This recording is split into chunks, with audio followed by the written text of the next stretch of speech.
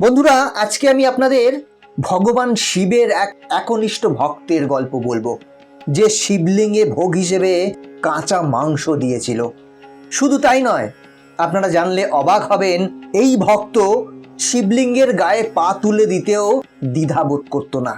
বন্ধুরা, আজকে আমি এই ভক্ত সম্পর্কে সম্পূর্ণটা বলবো এই ভিডিওতে, তাই আশা করব ভিডিওটা শেষ পর্যন্ত দেখবেন। তাহলে চলুন শুরু করা যাক। বন্ধুরা, পুরাণ গল্প কথা অনুযায়ী কানাপ্পা নায়না নামে এক শিকারী ছিল। একবার ওই শিকারী শিকার করার জন্য গভীর জঙ্গলে গেল এবং গভীর জঙ্গলে গিয়ে সে একটি মন্দির দেখতে পেল।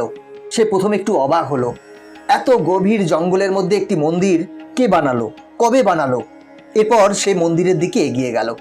ভিতরে গিয়ে সে দেখতে পেল ওখানে একটা শিবলিঙ্গ স্থাপিত করা।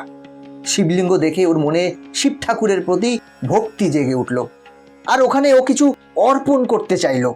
এরপর শিকারী ভাবলো, আমি শুনেছি ভগবান দর্শনে যদি কেউ মন্দিরে যায় তখন তাকে কিছু দান ধ্যান করতে হয়, কিন্তু আমি তো কখনো কোনো মন্দিরে যাইনি, কোনোদিন কোনো দান ধ্যানও করিনি। তাহলে আমি কিভাবে দান করব, কিভাবে দান করতে হয় সেটাও তো আমি জানি না। আমার কাছে তো শিকার করা মাংস ছাড়া আর কিছুই নেই। এক কাজ করি, এটাই শিব ঠাকুরকে দিয়ে দিই। এরপর ওই শিকারী ওই মাংসটা শিব ঠাকুরকে অর্পণ করে এবং সেখান থেকে চলে যায়। ওই মন্দিরের দেখভাল করত এক বয়স্ক ব্রাহ্মণ, যে ওই শিব মন্দিরের অনেকটা দূরে থাকতো। প্রতিদিন এত দূর থেকে মন্দিরে আসা তার পক্ষেও সম্ভব হচ্ছিল না, সেই জন্য সে একদিন পর পর মন্দিরে আসতো আর মন্দির পরিষ্কার করে শিবলিঙ্গে পুজো করে ভোগ অর্পণ করে ওখান থেকে চলে যেত। এরকমই পরের দিন সেই পূজারী যখন মন্দিরে পৌঁছয় তখন ওখানে সে দেখতে পেল ঠাকুরের সামনে কেউ মাংস রেখে গেছে। এটা দেখে সেই পুরোহিত চমকে উঠল এবং সঙ্গে সঙ্গে মাংসটা সরিয়ে প্রভু শিবের কাছে ক্ষমা চাইতে লাগলো। সে বলল, হে ভোলানাথ, এ নিশ্চয়ই কোনো দুষ্ট লোকের কাজ, আমায় ক্ষমা করে দিও ঠাকুর, আর কখনো এমনটা হবে না। এরপর ব্রাহ্মণ মন্দির পরিষ্কার করে পুজো পাঠ করলো। তারপর ও ফিরে গেল নিজের বাড়িতে। পরের দিন ওই শিকারী আবার এলো মন্দিরে এবং সে মাংস অর্পণ করলো। এইভাবে প্রতিদিন ও মন্দিরে আসে আর ঘন্টার পর ঘন্টা বসে নিজের মনের কথাগুলো বলতো ঠাকুরকে। এরকমই একদিন যখন সেই শিকারী মন্দিরে পৌঁছলো তখন দেখলো শিবলিঙ্গে অনেক ধুলো পড়েছে। ও তখন ভাবলো, এই শিবলিঙ্গে কত নোংরা জমেছে, আমি এটা পরিষ্কার করে দিলে কেমন হয়? কিন্তু আমার কাছে তো কোনো জল আনার পাত্রই নেই, তাহলে কিভাবে জল এনে পরিষ্কার করব? একটা উপায় আছে, ওই কাছেই একটা ঝর্ণা আছে, আমি আমার মুখে করে জল এনে সেই জল দিয়ে ঠাকুরের নোংরা পরিষ্কার করব। এরপর সেই শিকারী ঝর্ণার কাছে গেল আর মুখে করে জল ভরে নিয়ে এলো, আর ওর মুখের জল শিবলিঙ্গে ঢেলে শিবলিঙ্গ পরিষ্কার করলো। এরপর সেই শিবলিঙ্গকে পরিষ্কার করে সেখানে মাংস দিয়ে পুজো দিয়ে সেখান থেকে চলে যায়। এর কিছুক্ষণ পরই সেই ব্রাহ্মণ মন্দিরে এলো।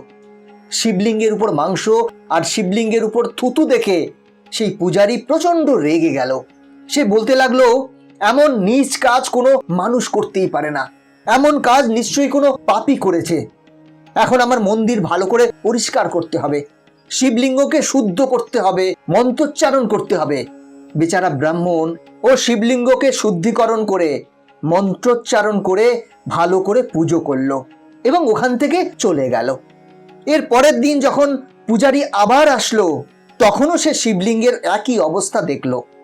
এবার আর সে চুপ থাকতে পারল না, শিব ঠাকুরকে জিজ্ঞাসা করলো, হে শিবশম্ভু, এ কেমন পাপী মানুষ যে রোজ আপনাকে অপমানিত করে চলে যাচ্ছে আর আপনি কিছুই করছেন না? আমি বুঝতে পারছি না ঠাকুর, আপনি এত অপমান কি করে সহ্য করছেন?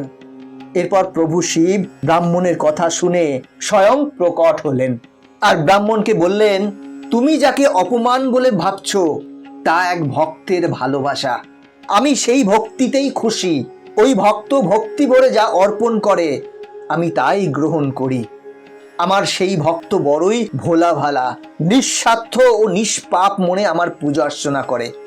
যদি তুমি তার ভক্তির গভীরতা দেখতে চাও তাহলে কাল সকালবেলা এসো, মন্দিরের কোণে লুকিয়ে থেকো আর দূর থেকে লক্ষ্য রেখো। এইটুকু বলে ভগবান শিব ওখান থেকে অন্তর্ধান হলেন। পরের দিন ব্রাহ্মণ গাছের পিছনে লুকিয়ে ওই ভক্তের জন্য অপেক্ষা করতে থাকলো। তখনই সে দেখলো ওখানে এক শিকারী হাতে মাংসের টুকরো ও মুখে জল নিয়ে প্রবেশ করলো।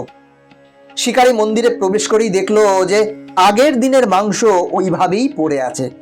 এবার শিকারী ভাবলো যে কালকে যেটা সে অর্পণ করেছে সেটা ভগবান স্বীকার করেনি। এরপর শিকারী শিব ঠাকুরের সামনে হাত জোড় করে বলল, হে ভগবান, আপনি কালকের অর্পণ করা মাংসর স্বীকার করেননি। আমি কি কোনো ভুল করেছি ঠাকুর? আমি কি কোনো অন্যায় করে ফেলেছি? তখনই ওর নজর শিবলিঙ্গের চোখের উপর পড়ল। সে দেখল শিব ঠাকুরের একটি চোখ থেকে রক্ত ঝরে পড়ছে। এটা দেখে শিকারী বলল, এ কি, শিবলিঙ্গের চোখ থেকে রক্ত পড়ছে কেন? প্রভু, আপনি চিন্তা করবেন না, আমি এক্ষুনি জড়িবুটি নিয়ে আসছি, আপনার চোখ আমি ঠিক করে দেব। এই বলে সে জঙ্গলের দিকে ছুটে গেল।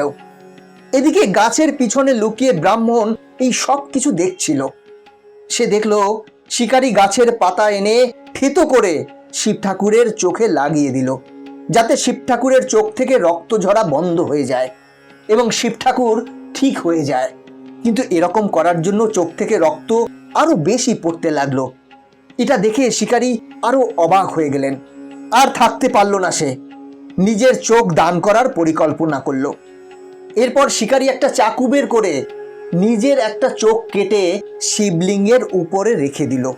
এরকম করার জন্য চোখ থেকে রক্ত পড়া বন্ধ হয়ে গেল। কিন্তু কিছুক্ষণের মধ্যেই শিবলিঙ্গের অপর একটি চোখ থেকে রক্ত পড়া শুরু হলো। এটা দেখে শিকারী বলল, হে ভগবান, এবার আমি কি করব? মনে হচ্ছে আমার দ্বিতীয় চোখটাও ভগবানকে অর্পণ করতে হবে।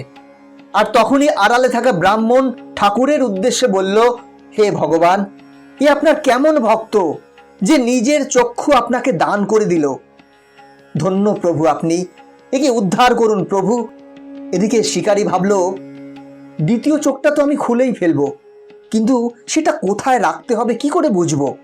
কারণ আমি তো তখন পুরোপুরিভাবে অন্ধ হয়ে যাব, আমি তো কিছুই দেখতে পাবো না।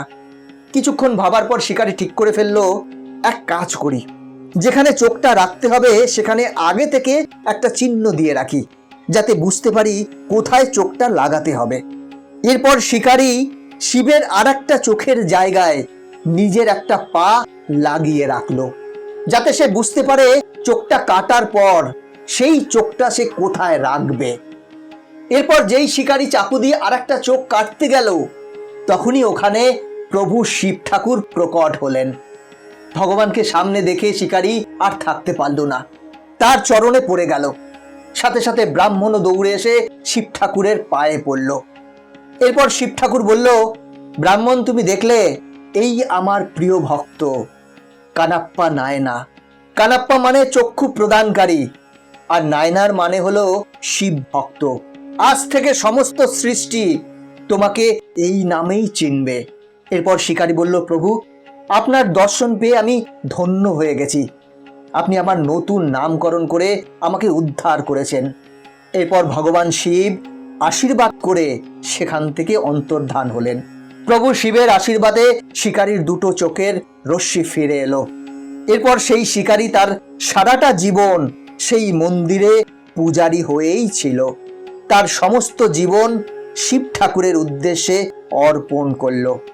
বন্ধুরা, এটাই হচ্ছে প্রকৃত শিব ভক্ত। বন্ধুরা, আজকের ভিডিও এখানে শেষ করছি। ভিডিওটা কেমন লাগলো কমেন্ট করে জানাবেন। এই চ্যানেলে নতুন হলে চ্যানেলটি সাবস্ক্রাইব করে বেল আইকনটি প্রেস করে রাখবেন পরবর্তী ভিডিও দেখার জন্য। ভালো থাকবেন, সাথে থাকবেন।